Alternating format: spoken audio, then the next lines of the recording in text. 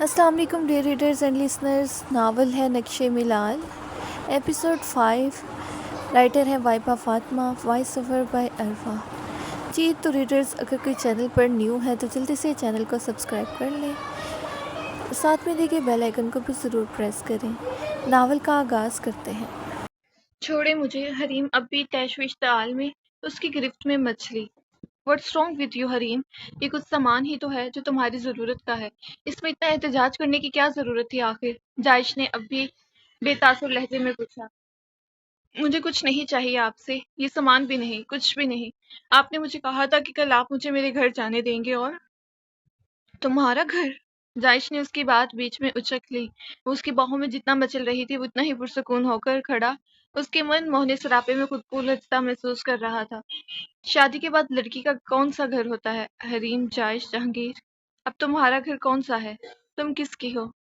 گمبھیر لہجے میں کہتے اس نے حریم کے پہرے تلے سے زمین کھینچی. حریم نے بے یقینی سے اسے دیکھا،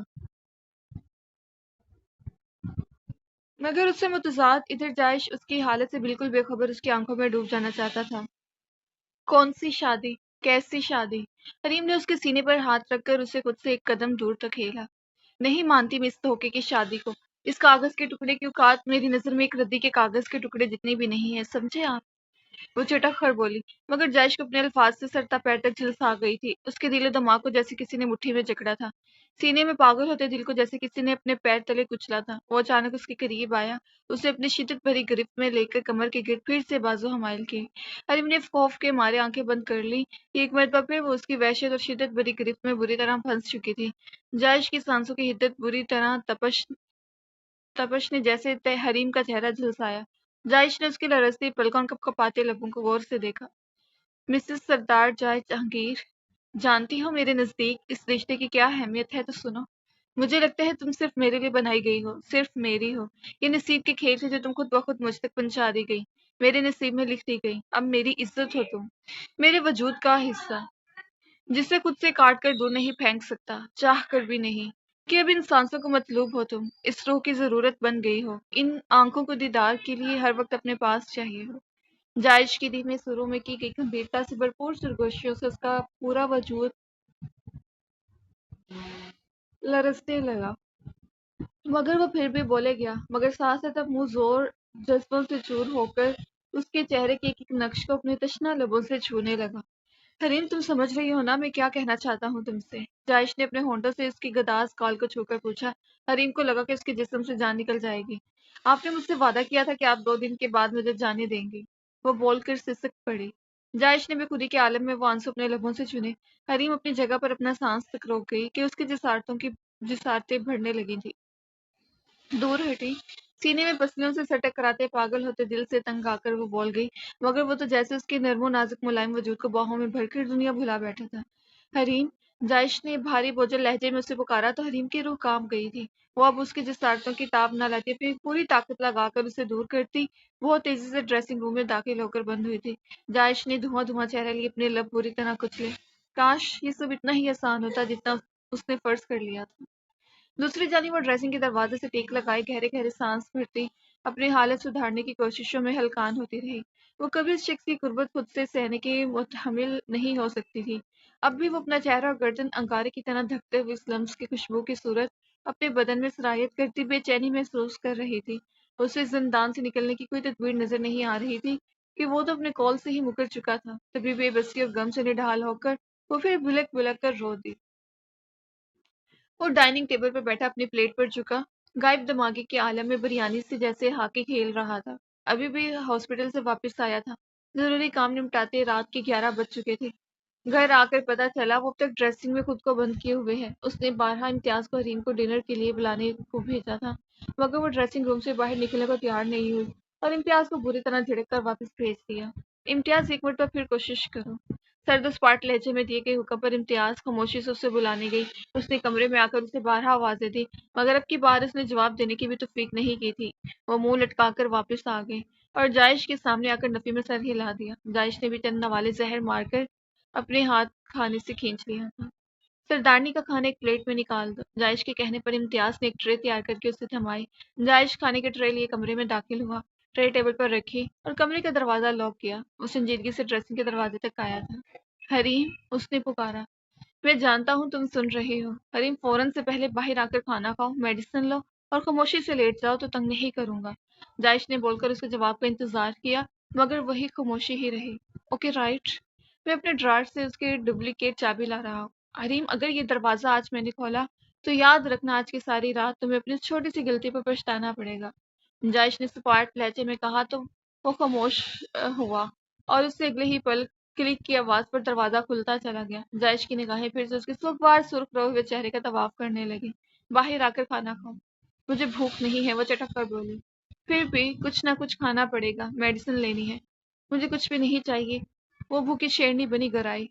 دراصل تم نے میری نرمی کا ناجائز فائدہ اٹھا رہی ہو حریم، اور میری سختی تمہاری یہ چھوٹی سی جان برداشت نہیں کر پائے گی۔ جائش کے ماتوں کے بلوں اور لہجے کے سرد پن نے حریم کو پھر بیجان کیا۔ وہ چپ چاپ صوفے کی جانب بڑھ گئی۔ جائش بیڈ پر بیٹھ کر بظاہر موبائل میں مصروف ہو گیا۔ حریم چند نوالے ہی حلق سے نیچے اتار پائی تھی۔ کھانا کھا کر اس نے اٹھ کر میڈیسن لی۔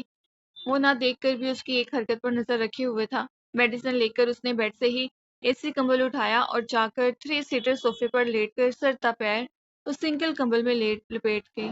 جائش کے سینے میں ایک الاؤ سا بھڑک گیا تھا مگر وہ پھر بھی بیڈ پر لیٹ کر اپنی آنکھوں پر اپنا بازو رکھ گیا۔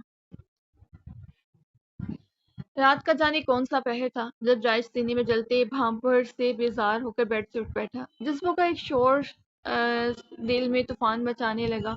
وہ اپنی کیفیت سے پوری طرح بے بسی محسوس کرنے لگا۔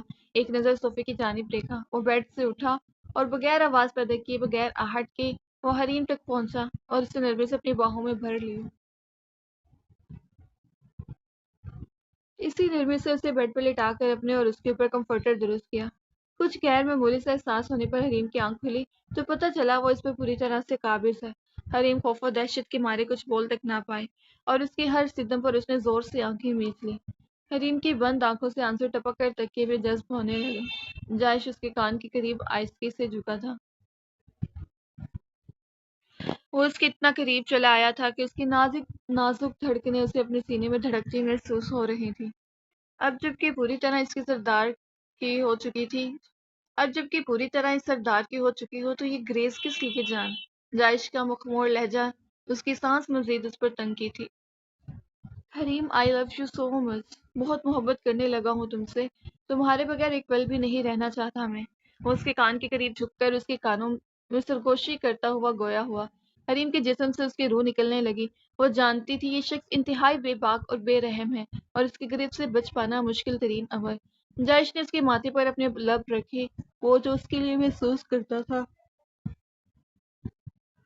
اسے اظہار کرتے وقت اپنے الفاظ ناکافی محسوس ہوئے۔ حریم، تم میری ہو۔ جائش نے اس کے کان میں رس گھولا۔ وہ اس کی جانب سے اپنا رخ دوسری جانب موڑ گئی تو جائش کے دل کو کچھ ہوا۔ اس نے شہادت کی انگلی سے اس کی چن تھام کر اس کا رخ اپنی جانب موڑا۔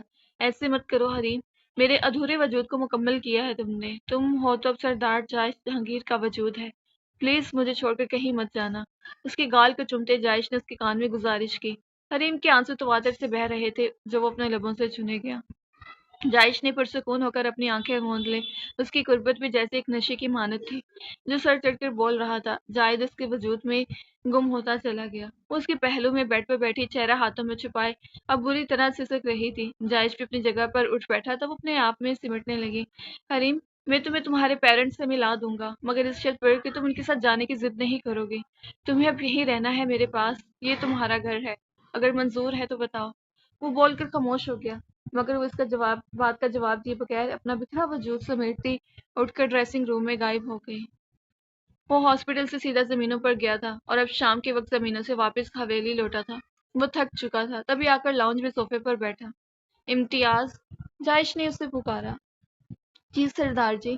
وہ اپنے دوپٹے سے گیلے ہاتھ پوچھتے لاؤنج میں داخل ہوئی۔ حریم نے کھانا کھایا؟ نہیں سردار جی۔ کمرے سے باہر نکلی؟ جی نہیں۔ کچھ کہا تم سے؟ نہیں سردار جی، آج صبح سے بی بی جی کمرے سے باہر نکلی ہی نہیں، گم سم سی ہیں، دوپہر کا کھانا بھی نہیں کھایا اور مجھ سے بات بھی نہیں کر رہی ہیں۔ امتیاز نے کہا تو اسے مزید پریشانی ہوئی۔ اچھا تم جاؤ، جائش نے کہتے اپنی کن پٹیاں سہلائیں۔ آج صبح جب وہ سو کر اٹھا تھا تو وہ تب بھی اس کے پہلو میں موجود نہیں تھی۔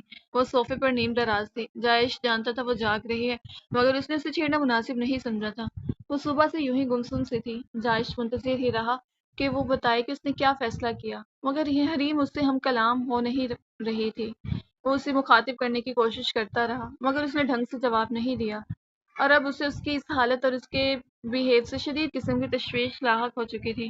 سردار جی، وہ اپنا دکھتا ہوا ماتھا سلا رہا تھا جب رفیق نے اسے پکارا۔ آپ پریشان لگ رہے ہیں صبح سے، اتنا پریشان آپ کو پہلے کبھی نہیں دیکھا۔ رفیق نے اپنے مالک کی سرخ آنکھیں دیکھی۔ کیا کروں رفیق، مجھے کسی صورت سکون نہیں مل رہا۔ میں جانتا ہوں اس کے ساتھ ٹھیک نہیں کر رہا۔ بتاؤ مجھ میں اور میری بہن کے مجرم اس درندے میں کیا فرق ہے؟ اس نے بھی ایک زندگی برباد کی اور میں نے بھی کر دی ہے۔ یہ میری کم ظرفی اور خود غرضی ہے کہ میں اسے سچائی نہیں بتا رہا۔ وہ مجھے خود سے بھی زیادہ عزیز ہو گئی ہے، اسی لیے اسے آزادی کا پروانہ نہیں دینا چاہتا۔ یہ گلٹ مجھے بے چین رکھتا ہے کہ میں نے اسے کہیں کا نہیں چھوڑا۔ میری وجہ سے وہ ٹوٹ کر بکھر چکی ہے۔ اس کی شخصیت، اس کا تشخص بری طرح مجروح ہوا ہے۔ اگر اسے سچائی بتاتی تو اس کے رد عمل سے ڈرتا ہوں۔ اگر اسے اس کے ماں باپ کے پاس جانے دوں تو کیا وہ لوٹ کر میرے پاس آئے گی؟ جانتا ہوں کبھی نہیں، اسی لیے اسے کھونے سے ڈرتا ہوں۔ میں اپنے کیے کا مداوع کرنا چاہتا ہوں، مگر اس کے دور جانے کے خیال سے ہی سینے میں سانس الجھنے لگتی ہے۔ اسے زبردستی قریب نہیں رکھ سکتا اور واپس بھیج کر کھونا بھی نہیں چاہتا۔ تو پھر کیا کروں تو کیا کروں آخر؟ جائش کا لہجہ مایوس کن حد تک دکھی تھا۔ وہ اب جسے اپنے دل کی گہرائیوں سے چاہنے لگا تھا، اسے اندر ہی اندر یوں گھلتا دیکھ کر خود بھی انگاروں پر لوٹ رہا تھا۔ بی بی جی کو اور ان کے ماں باپ کو تمام سچائی بتا کر ان کے ماں باپ سے ملا دیں سردار جی، رفیق نے کہا تو جائش نے ایک جھٹکے سے سر اٹھا کر اسے شکوہ کرنا نگاہوں سے دیکھا۔ اس کے منہ سے اپنے من پسند الفاظ جو نہیں سن پایا تھا۔ ہم نے انہیں ایک خط بھیجا کہ شاید انہیں تسلی ہو جائے سردار جی، مگر یہ ہماری خام خیالی ہے۔ میرے آدمیوں سے پتہ چلا بی بی جی کی والدہ بی پی کی مریضہ ہیں۔ ان کے سامنے ان کے باپ اور بھائی نے یہ ظاہر کیا کہ انہیں تسلی ہو گئی ہے، مگر حقیقت تو یہ ہے کہ وہ اب بھی پاگلوں کی طرح بی بی جی کو ڈھونڈ رہے ہیں۔ روز پولیس اسٹیشن کے کئی چکر لگاتے ہیں، جہاں سے انہیں بی بی جی کے متعلق انتہائی گندے جملے سننے کو ملتے ہیں۔ ان کی والدہ بھی دن بدن اور زیادہ بیمار ہوتی جا رہی ہیں۔ اس سے پہلے کہ آپ کی وجہ سے مزید کچھ برا ہو جائے، آپ انہیں ان کے گھر والوں سے ملا دیں۔ رفیق نے جائش پر مزید زمین تنگ کی۔ رفیق، میں اس سے کھونے سے ڈرتا ہوں۔ وہ کسی غیر مرئی نکتے کو گھوتا اپنی بے بسی بیان کر گیا۔ جیسی بی بی جی کی حالت ہے، انہیں کچھ ہو نہ جائے سردار جی، انہیں ان کے ماں باپ کے پاس جانے دیں۔ پھر ان کے ماں باپ کو اور انہیں منانے کی اور راضی کرنے کی کوشش کیجیے گا۔ وہ اپنے ماں باپ کی رضامندی سے آپ کے پاس آئیں گی، تب بھی خوش رہ پائیں گی۔ رفیق نے سادگی سے اسے اس کے تمام مسائل کا حل بتایا۔ جائز نے پرسوچ انداز میں اس بات میں سر ہلایا اور ایک سرد سی سانس کھینچ کر آنکھیں موند کر صوفے کی پشت سے سر ٹکا لیا۔ وہ شکست خوردہ سا سرخ آنکھ کے لیے حویلی میں داخل ہوا تھا۔ آج اپنی قیمتی متاع کو کھونے کے خوف نے اسے بے قرار اور بے جان سا کر دیا تھا۔ دھیمے قدموں سے چلتا اپنے کمرے کی جانب آیا۔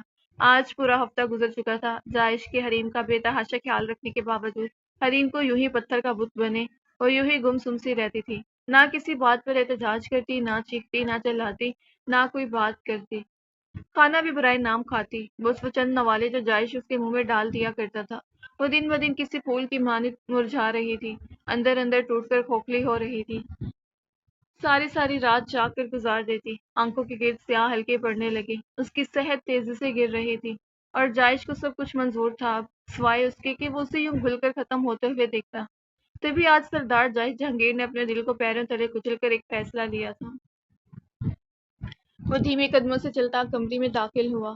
وہ حسب توقع بیڈ پر گھٹنوں کا گرد بازو فولڈ کیے بیٹھی، بیڈ کا راؤنڈ سے ٹیک لگائے کسی غیر مرئی نکتے کو گھور رہی تھی۔ پہلی 2 مرتبہ کے بعد تو جائش نے اسے اس کی مرضی کے خلاف چھونے کی گستاخی بھی نہیں کی تھی، وہ پھر بھی سنبھل نہیں پا رہی تھی۔ وہ یوں ہی دھواں چہرہ لیے دھیمے قدم اٹھاتا ڈریسنگ تک گیا اور ایک سرخ رنگ کا شوق لباس اس کے لیے نکالا۔ سرخ رنگ پر ہلکا گولڈن کام، نفیس سی پیروں تک فراق تھی۔ میچنگ جویلری اور میچنگ سینڈل بھی نکال کر ساری چیزیں بیڈ پر رکھی۔ وہ بھی اس کی جانب متوجہ ہو کر اس کے قریب آیا تھا، جو جائش کے کمرے سے لے کر اس کی ساری کارروائی کے سر انجام دینے تک اس کی جانب متوجہ نہیں ہوئی تھی۔ جائش نے اس کے کندھے پر نرمی سے ہاتھ رکھا۔ حریم، جائش کی پکار میں آج تڑپ تھی۔ اس نے خالی خالی نگاہوں سے اسے غائب دماغی سے دیکھا۔ اٹھو اور یہ جو میں نے تمہارے لیے ڈریس نکالا ہے، اسے فریش ہو کر چینج کر کے آؤ۔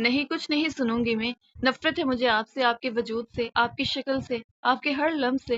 اگر میری بس میں ہوتا تو میں اپنے اس وجود کو کب کا زندہ جلا دیتی جسے آپ نے تختہ مشق بنائے رکھا، جس پر مجھے آپ کا لمس محسوس ہو کر مجھے کراہیت سے دوچار کرتا ہے، مجھے گھن آتی ہے خود سے۔ وہ پورے کمرے کا حشر بگاڑتی بلک بلک کر رو رہی تھی۔